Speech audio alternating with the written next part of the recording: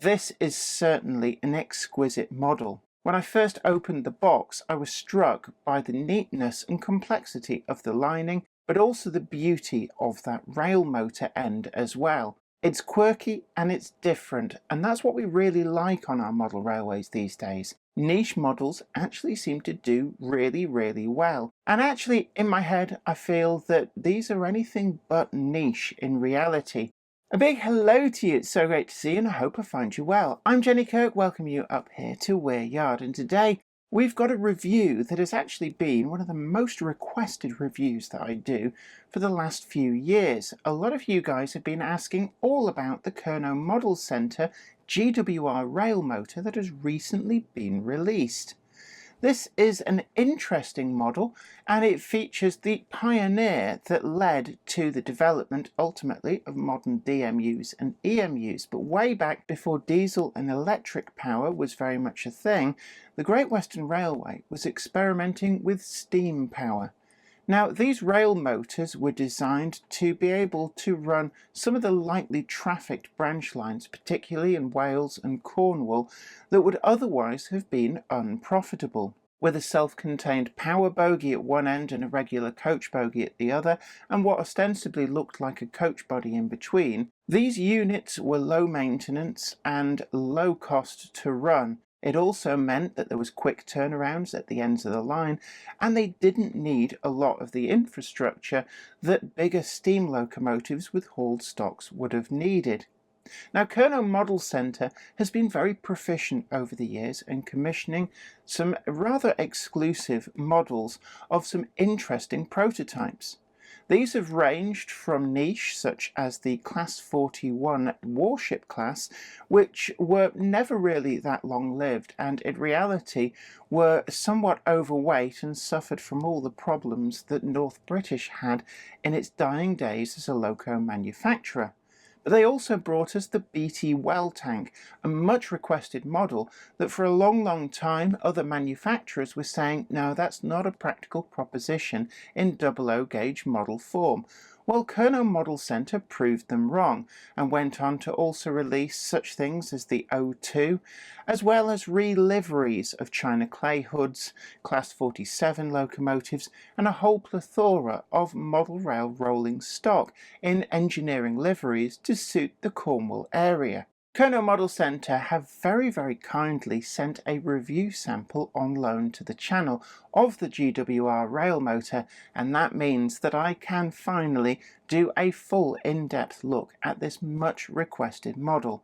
One thing I would point out before we go into the review is that some of these liveries are actually selling out or close to selling out. It's been an incredibly successful model. We do have a link in the description box down below to take you straight to Kernow Model Centre, but be aware that some of the livery options have sold out already and some of the others are not far behind. So if you really do like the look of the model that you see in today's video, you need to get your skates on and get it ordered. But this is certainly an exquisite model. In my head, I feel that these are anything but niche in reality, and certainly there's room for a GWR rail motor on any layout, and certainly Kernow Model Centre have catered even for the modern image enthusiasts by producing the preserved example that has recently been turned out over on the Llangollen Railway, so you can go and ride on the prototype on a preserved steam railway and enjoy that feeling of the steam pioneer of what led to the DMUs and EMUs that we ride on today.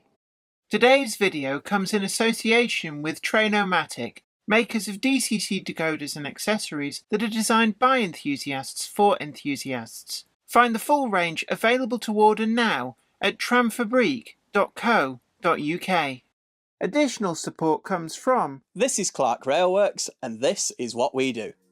You'll know us from Ellis Clark Trains, and you'll get the same friendly expertise with us too. We've got a huge range of pre-owned model railways from all your favourite manufacturers, and maybe some you hadn't heard of before. It's the place to come for quality. We don't stock substandard models, and everything we sell is fully tested and photographed by model railway experts. No matter whether you model 00 gauge, N, HO or more, we have sought after models from all around the world with new listings added every weekday. Check out what's available now at clarkrailworks.com and don't miss out on your latest loco. It's a quirky model and certainly one which shows just how important Kernow Model Centre are for the hobby in commissioning models that other mainstream retailers might not have otherwise taken on. And I really do love it when retailers do this. Quite a few out there are commissioning a lot of interesting models, and I always say do support any retailer that is prepared to put their money where their mouth is and do such things. I'd also like to ask a big favour. Please hit that like button, share this video, and consider subscribing to the channel if you've not already done so. And we've also got our full merch store down below for you to check out too. But let's get on with today's much requested review of the GWR Railmotor.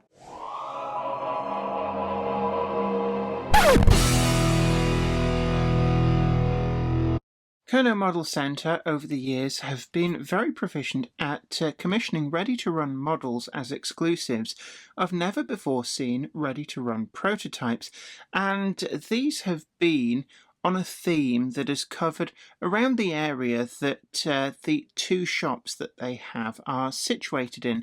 So predominantly we're looking at examples that were very much native to parts of Cornwall in the main, and that includes locomotives from the London and South Western Railway, the Great Western Railway, and then on to the Southern Railway and even into BR and post-privatisation days. The range of models that they've produced has been really quite varied, and one of the first was the BT well tank seen here, and this is one that really went down incredibly well with modelers, and the model was so successful that it's gone through a number of different production runs with different liveries being made available, and all three of the well tanks that survived to Southern Railway and beyond days have been represented in model form with a number of detail differences. Another model in my collection from Kernow Model Centre exclusives is this saddle tank, a rather unusual GWR design, but again one that fits the profile of a locomotive whose prototype ran within the sphere of Cornwall. Now, one of the more recent exclusives that they've commissioned that I have been requested, more so I think than any other, to do a review on, has been this Steam Railmotor, and this is one which was built originally by the Great Western Railway and can be considered one of the predecessors of the DMU that really did help to keep branch lines open. And in all honesty, it was nothing new that some of these branch lines were loss-making and were run very much on a shoestring budget. And the Steam Railmotor is something that allowed a great many to stay open and even turn a profit.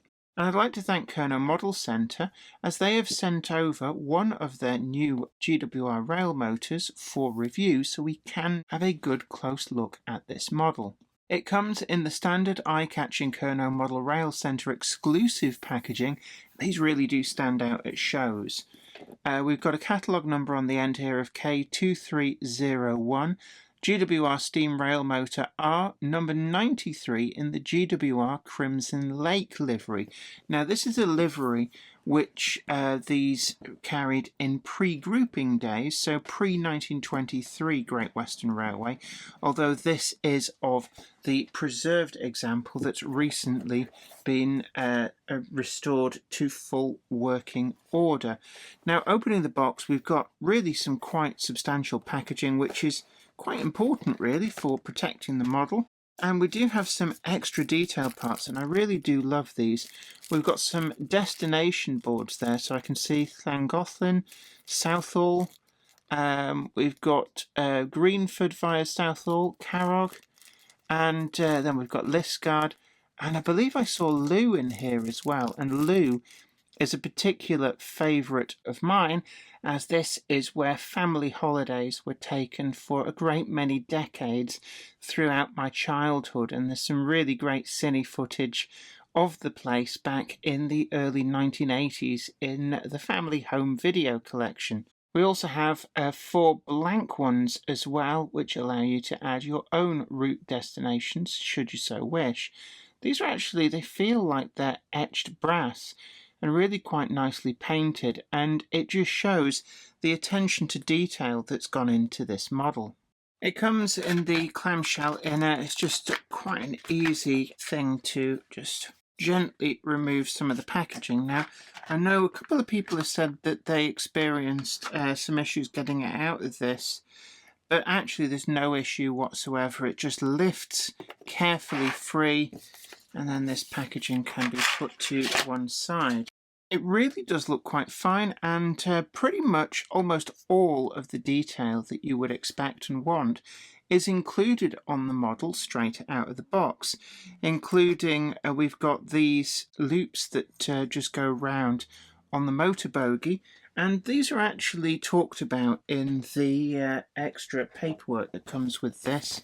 This is nice and comprehensive, and actually I do like that they've got photographs of the actual model to really help you with sighting all of these.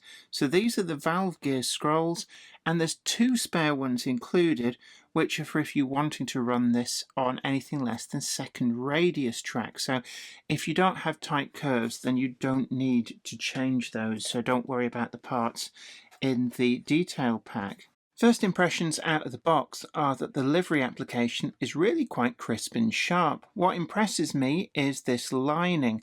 It's quite complicated in that every single panel is separately lined out, and this is something that could quite easily have led to errors creeping in with such a complex pattern of needing to be parallel lines, but there is no evidence whatsoever of any of this lining being out of place. The windows are flush glazed, although they do seem just a little bit on the thick side when you show them up against the light, although from normal viewing distances this isn't an issue.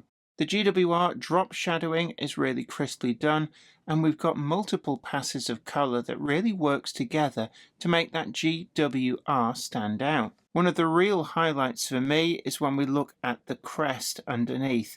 This is incredibly sharp, and in days gone by this would have needed to have been done as a transfer and been prone to rubbing off. But with the printing process that can be achieved now, it is very, very robust. It feels to be part of the model rather than added on afterwards, and I've got every faith that under close examination there's going to be a wealth of detail that just keeps on giving. We've got other markings on the side too, and again, crisp, sharp, and well replicated.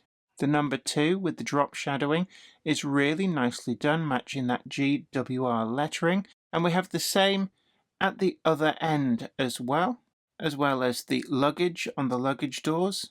And on the window there as well, we've also got this nice smoking lozenge, which denotes where the smoking compartment would be. How times have changed.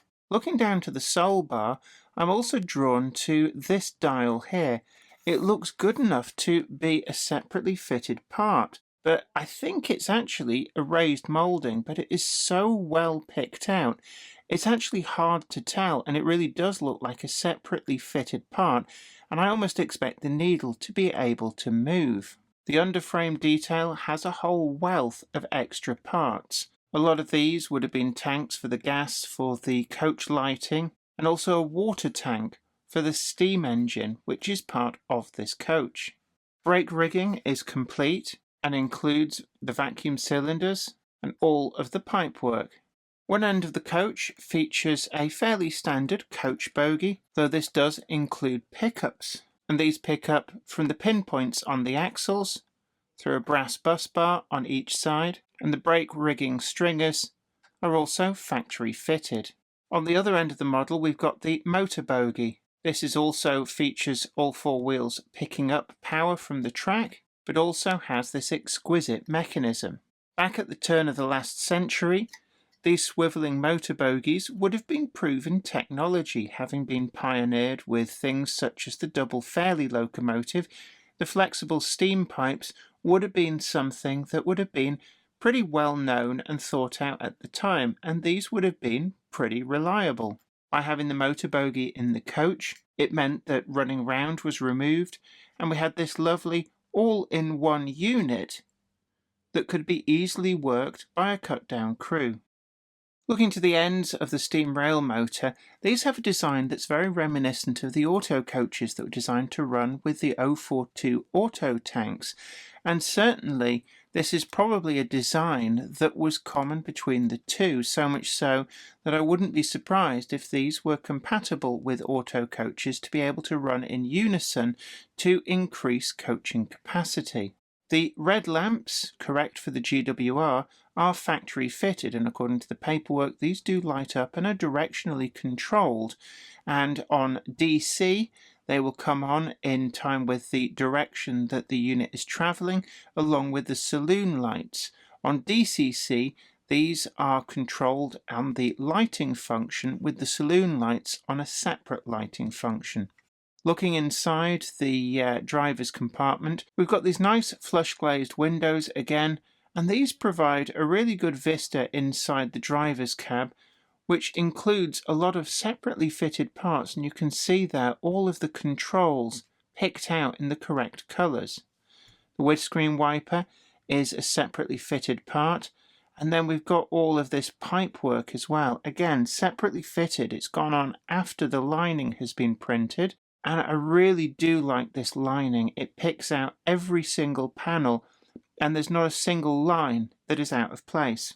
All of the buffer beam pipework comes factory fitted, and that is really great to see. Certainly an awful lot of models tend to have the string of bullet holes across the buffer beam, but unfortunately you then can't fit a lot of this pipework detail without compromising the tension lock coupling.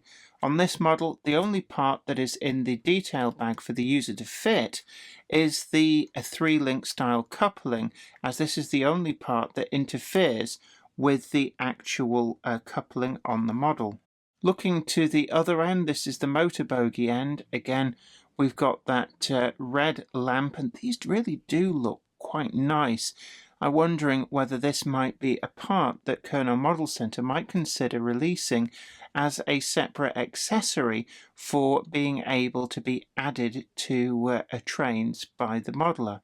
Again, we've got the full complement of the lamp standards, the steps, and the vacuum brake. The buffers, incidentally, are correct pattern, oval style, and are sprung loaded, and have the tapered GWR shanks. The buffers actually do look really long as per the prototype. It's something that's been captured really well. We've also got these steps, again factory fitted, and these are very thoughtfully made of a very springy material, so they do take a bit of punishment with no sign of cracking free. The motor bogie itself really is a work of art, with all metal parts, fluted connecting rods, and the correct pattern wheels as well. There is no fitting for a coupling on the motor bogie end, although I'm guessing that the prototypes were not heavily taxed, and if they did hold a tail load, it would have been attached at the other end. For this purpose, we've got a slimline tension lock and a kinematic style coupling, which is self-centering, but this can be removed if you wish to add in the extra detailing parts. Wheels themselves are chemically blackened and feature the multi-spoke pattern, again correct to this type of bogie. The coach bogie is really quite nicely finished. I do like this paint finish on the underframe and the bogie details. It's really nicely done. It's a kind of satin finish and really does replicate the look of paint on metal particularly well. These coach bogies are quite simplistic, but this has been captured perfectly in the Kernow models example, and you can even see the primary and secondary springing, and whilst this is one-piece moulding, that does look like it is multi-piece, just like the prototype. Looking to the sole bar, we've got all the correct pattern rivets. I do love that gauge. We've got separately fitted handrails, and these feel like they're metal, and they're integral to these lower steps as well. It's all really nicely done. It just feels like a lot of thought has gone into this at every level. Does your home insurance cover your model railway collection? There can be certain conditions or limitations attached to your policy which could leave your collection uninsured or with very limited cover from all kinds of risks. For example, many home policies only provide very limited cover for contents kept in garages or other outbuildings, and some will only cover for collections up to a limited value. Magnet Insurance are here to help give you that peace of mind, making sure that you don't get caught out. Our specialist policies are flexible, and we can work with you to make sure that your collection is correctly covered and answer any questions that you have. Put your mind at ease by giving us a call on 01636 858 249 or visit our website for a quotation at www.modelrailwayinsurance.co.uk. The sides of the Railmotor, there's so much detail. The closer you look, the more it gives up. Even more separately fitted handrails. We've also got these louvres in the motor compartment, and these would have been for ventilation. I can only imagine just how hot it might have become in there, especially during summer months. We've also got what I can only assume is a water filling hatch here on the side. Before we've got the luggage compartment with the double doors, again separately fitted handrails, and then into the saloon with their different pattern windows, very large centre door, and then moving further down and the correct pattern on the driver's compartment on the end.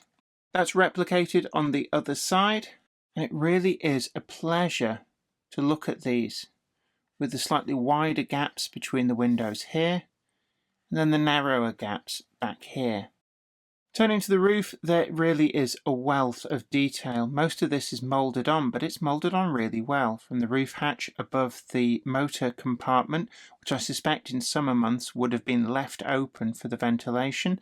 We've got the correct pattern of pipework, and then we've got this black area which can be thought of pretty much as the smoke box of this, painted black because it would have got quite sooty, I guess.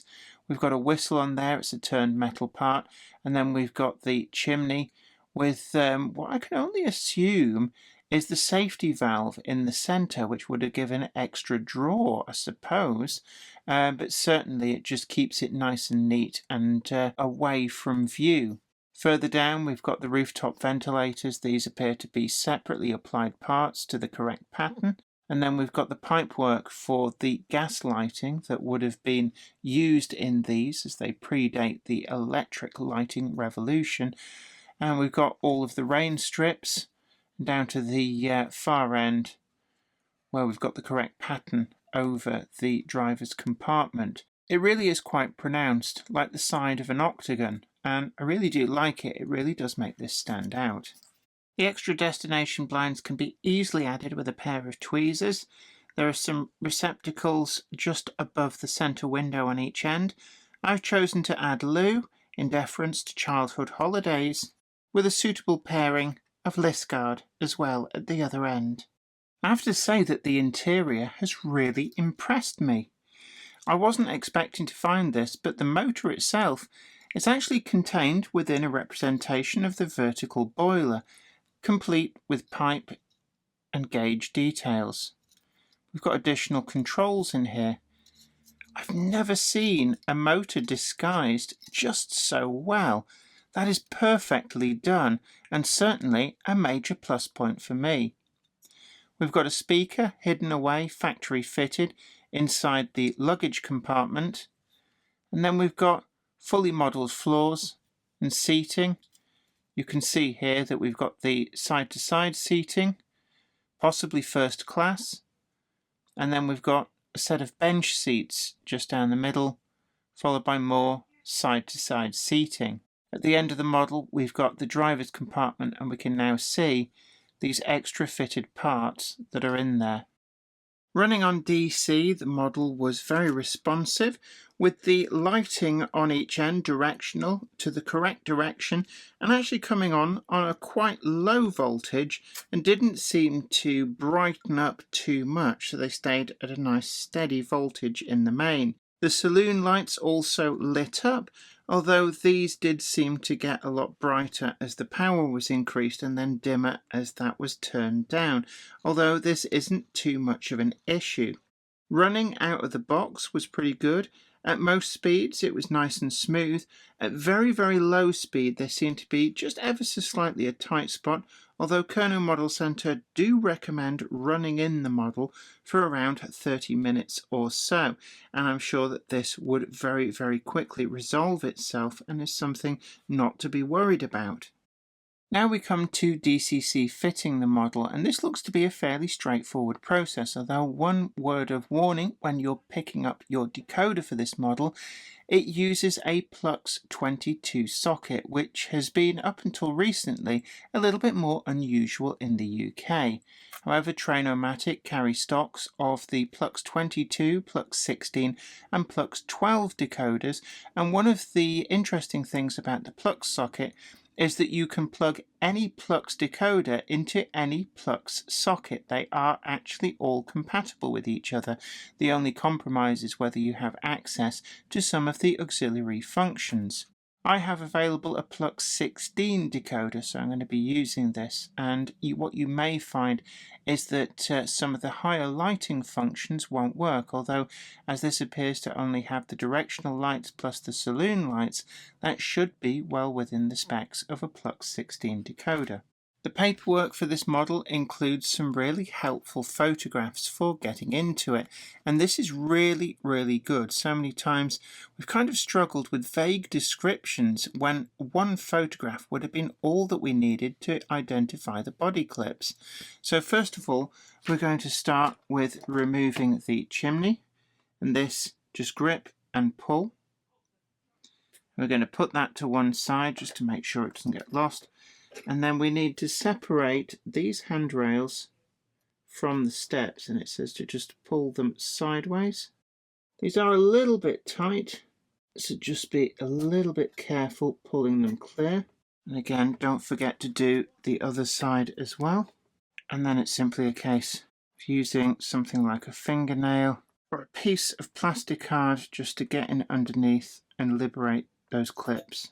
Don't use any metal tools because you will scratch the paint finish. One thing that might throw you just a little bit is there appears to be just a slight lip underneath the body side, which is part of the chassis. And just pull apart and just give a little bang of your knuckles. We've got that end free. Then it should be an easy enough task to move down now to the other end. Fingernails under the sides, pull apart, and just, I find banging your knuckles just helps to dislodge the chassis. And then carefully put the body to one side. The electronics run all along the roof, and we've got the saloon lighting, and hidden away up on top we've got our Plux socket. To take this off, just very carefully lever backwards and forwards, just as you would with a standard 21 pin socket. Just gently ease it, first one side then the other. You don't want to rip it all to one side because you may well bend the pins, and you'll see that it comes out with the pins. It's then a case of picking up our chosen Plux decoder.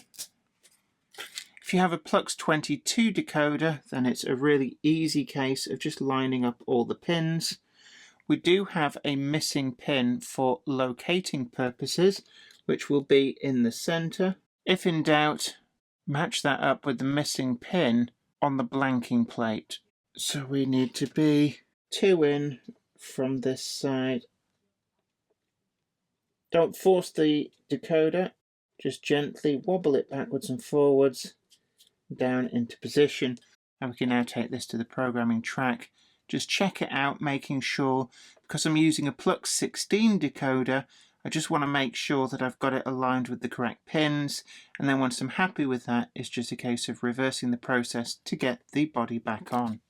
With the model DCC fitted and checked out, it was off to the main tracks. Now, the Plux 16 decoder in a Plux 22 socket still controls all of the lighting functions that this rail motor has, so we can still control the directional lighting as well as the saloon lights, and these appear on F3 for the saloon and F0 for directionally controlled lights, or you can control the lighting functions separately on both F1 and F2. There is no way to turn off the red rear light if you're using a tail load. On wear yard, the model performed really quite well. The tight spot that was apparent on DC very quickly disappeared with some serious running, and if I'd have run that in on the DC test track, then I've got every faith that it would have quickly disappeared there as well. Its response was really quite smooth, and it was pleasing to see that the top speed of this model was in keeping with the prototype's top speed as well, and that's always something which is great to see. Controllability was really good, and it didn't feel like it needed a stay alive or anything like that. With the pickup across two four-wheel bogies quite a way apart, it really was a reliable performer, taking in all of the point work on Weir Yard without any issues whatsoever. One area though to watch out for is that these bars that go underneath the motor bogie are liable to catch on any low-slung bits of scenery such as point motors or signalling if they get too close to the track, especially on a curve, and any heaped ballast as well can cause some issues, although they will quite happily take a few knocks and not be prone to braking. The motion of the motor bogie really is magic to watch, but there's no seesawing action of note on this, and that does mean if you have undulations in your track, for example, from the level and then going downhill, that transition may well cause the leading axle to ride off the track, and especially if that's on a curve, for example, if you have a helix, it's just something to watch out for, and it's definitely some feedback which I would feed back to Kernow Model Centre from this model, but it's only really a minor gripe, and on the main track it performed absolutely faultlessly. I even tasked it with a trailing load of 3 GWR coaches. Now, the real rail motors would never have been tasked with this much tail traffic, but the model took it in its stride with no real sign of slippage, and really this is going to handle with great aplomb anything that you throw at it. So we turn now to scores. First up is build quality, and actually this model scores really well here. There's a lot of fine detail, and actually this is very well in place, and certainly it's not something that you would expect to find a shower of small parts, and actually I didn't really find any problems in this department whatsoever. There's some great thought gone into the materials as well used on some of the parts to make them really quite fine and yet really robust, and this has stood up to my handling and running on Weir Yard really well, and even with some of the components getting caught on a bit of the ballast that was sitting proud, it's just taken it all in its stride. The livery itself is really nicely applied, and when we looked inside this model, there's such a great deal of thought gone into it. It's easy to get into for DCC Fitting, but it hasn't compromised the integrity of all that detail. And with nothing to fault, I'm going to give it a 10 out of 10. On running quality, this for me was one of the areas where there was a few points of note. That seesawing action, or lack of it, on the motor bogie did compromise this on any gradient changes, and it was very prone to that leading axle then subsequently flange climbing and coming off the track if there's any kind of a curve. If you have a helix, that's something to bear in mind. The rest of the functionality of this is really good. The pickup across both bogies and stretched apart as they are meant that this took in all of the track without any hint of needing a stay alive. The grip was really good as well, and I found that even though the rail motors would not have been so taxed in real life, the model would happily pull 3 GWR coaches with no issues whatsoever, and showed every sign that it would have happily handled more. The speed curve that it's set with is really quite good. The top speed is prototypical, it doesn't race away, and that means you've got plenty of control on both DC and DCC, and even though there was a slight tight spot at the start, this very quickly disappeared with running in, which is something that Kernow Model Centre do recommend that you do. Overall, it's pretty good, and I'm going to give it an 8.6. On DCC Fitting and Innovation, it's actually pleasingly quite easy to get into this model without damaging anything, and that's despite all of the factory fitted parts. The buffer beam pipework detail is thoughtfully applied to the body and in such a way that it doesn't all come off or need to be taken off to get the body off. Most of it as well doesn't compromise the tension lock coupling, which means that even if you want to pull a tail load, you can still enjoy all of that buffer beam detail. The interior of the coach really is superb, and one of the areas that I really do love, and for me is one of the real highlights on this model, is the way they've disguised the motor. They have encased it in a proper model of the vertical boiler that these would have been powered by. Complete with pipework, gauges and the works, it really is a superb practical application of detail to mask the practical, and I really thought that was an incredibly great idea. And it means when you look through the windows of the driver's compartment and the motor compartment, everything that you see is detail, even though it's also the motor, and I just thought that was incredibly well done. I also love these lamps, and it's something that perhaps Kernow Model Centre might consider in the future, releasing these as a separate detailing item. These really are amazing, and with their bicolour LEDs in them, it means that they can show both the red and the white aspect without needing to be fiddled with. I also really like these metal destination signs. They're really easy to fit, they don't need any glue, they just slot in place, but the holes that they go into are not obtrusive. There's a good selection in the detailing pack to get you on your way, and if you really want a different destination, they give you 4 blanks that you can add your own lettering to.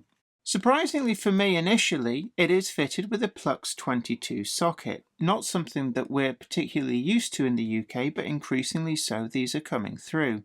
One thing I like about these is they do give a lot of flexibility. If you have a Plux socket in stock, it will fit any Plux equipped locomotive, and likewise, any Plux equipped locomotive will fit any Plux decoder.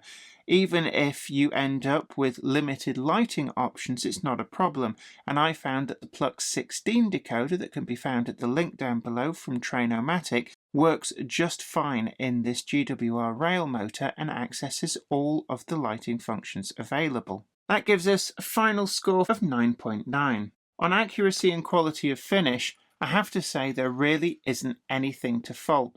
Everything about this model really is superb. The lining is absolutely straight, accurate and true. There's a lot of it and it's all where it needs to be.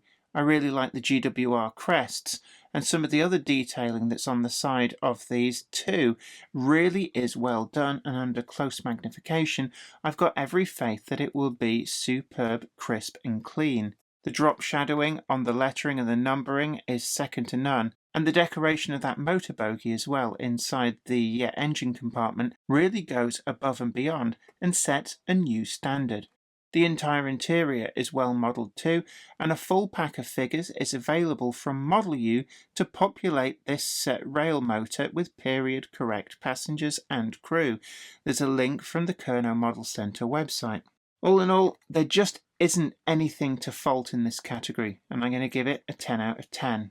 On value for money, these models retail at an RRP of £189.99 for the DCC Ready version and £299.99 for the factory-fitted sound version, although it does come with a factory-fitted speaker, and that means that you can add your own sound profile at a later date with relative ease. That might seem a little bit on the expensive side, but this is an exclusive model, which always attracts a premium, and it's a model of something which we probably never thought we'd get ready to run. It's also great to see Era 2 stock coming through in Era 2 liveries, and that is definitely a growing area of the hobby. They're available in a number of different liveries to suit their entire lifespan with the Great Western Railway, and you do have to hurry. Some of these are selling out already, so actually that price is not a barrier. This is definitely a highly desired model, and the price point is pitched about right. I'm going to give this a 9.1, and that gives an overall score of 47.6. We have a link down below to Kernow Model Centre to find all the different versions of these models, but again, do remember some of these are selling out really quick, so don't delay. If there's a livery that you really must have, then you need to get in there fast. Well, I hope you really enjoyed today's video and found it informative, and I'd like to thank again Kernow Model Centre for loaning the channel one of these GWR Railmotors that we were able to have a good close look after so many of you requested this review. For me, I was really blown away by some of the innovations that we see on this. The saloon lighting is certainly one which I'd like to comment about, because I felt that it was nice and bright, but it also illuminated a fully detailed interior. And Kernow Model Centre have partnered with Model U and have a full range of figures through them available, which allows you to populate your rail motor with period specific passengers and crew that will really bring it to life. I also really like those GWR lamps on either end. The red body colour of these really does make them stand out from the white ones that we're probably more used to, and these with their bidirectional LEDs in really do work well. The method of attachment that these use, using plungers down onto pads on the circuit board, also mean that thoughtfully there's no trailing wires when you take the body off, and that really is a massive boon, so there's nothing to get pulled or damaged when you're doing a DCC fit or adding crew and passengers. But for me, the most standout item is the way that they've hidden the motor and gearbox. These are actually disguised as the real vertical boiler that would have been in the real rail motors, and I've never seen this before. It's so thoughtfully done, even down to the pipework and gauges on there, that it really is incredible. And the windows into that engine compartment are nice and clear and give a good view, because quite rightly Kernow Model Centre are quite happy to show off what's in there, because it is so prototypically accurate. For me, it's well worth that price tag, and certainly the fact that these are selling out speaks volumes about what the rest of you guys think about them as well. I'd love to hear from you in the comments section down below. Just what did you think about today's model? Is it one that you've already bought, or perhaps it's one that you're making a beeline to make sure that you get one now that you've seen it in the flesh? Do let me know in the comments section down below. It's always great to hear from you. And also, please like, share and subscribe. Check out our full merch store in the box underneath the video. You can also head on over to Patreon as well and help support the channel. But until next time, this is me, Jenny Kirk, saying you take great care of yourself. Happy modelling. Bye for now. Today's video comes in association with Tramfabriek, makers of DCC decoders and accessories that are designed by enthusiasts for enthusiasts. Find the full range available to order now at tramfabriek.co.uk. Additional support is provided by... This is Clark Railworks, and this is what we do. You'll know us from Ellis Clark Trains, and you'll get the same friendly expertise with us too. We've got a huge range of pre-owned model railways from all your favourite manufacturers, and maybe some you hadn't heard of before. It's the place to come for quality. We don't stock substandard models, and everything we sell is fully tested and photographed by model railway experts. No matter whether you model OO gauge, N, HO or more, we have sought after models from all around the world with new listings added every weekday. Check out what's available now at clarkrailworks.com and don't miss out on your latest logo. Does your home insurance cover your model railway collection? There can be certain conditions or limitations attached to your policy which could leave your collection uninsured or with very limited cover from all kinds of risks. For example, many home policies only provide very limited cover for contents kept in garages or other outbuildings, and some will only cover for collections up to a limited value. Magnet Insurance are here to help give you that peace of mind, making sure that you don't get caught out. Our specialist policies are flexible, and we can work with you to make sure that your collection is correctly covered and answer any questions that you have. Put your mind at ease by giving us a call on 01636 858 249 or visit our website for a quotation at www.modelrailwayinsurance.co.uk. I'd like to thank everybody over on Patreon, and an extra special huge thanks goes out to our Patreon heroes. Without you guys over on Patreon, we really wouldn't be able to keep making the video content that you see on this channel. And don't forget that you can also head on over to patreon.com/Jennifer Kirk and check out the different tiers of rewards. Thank you so much. You are absolute legends.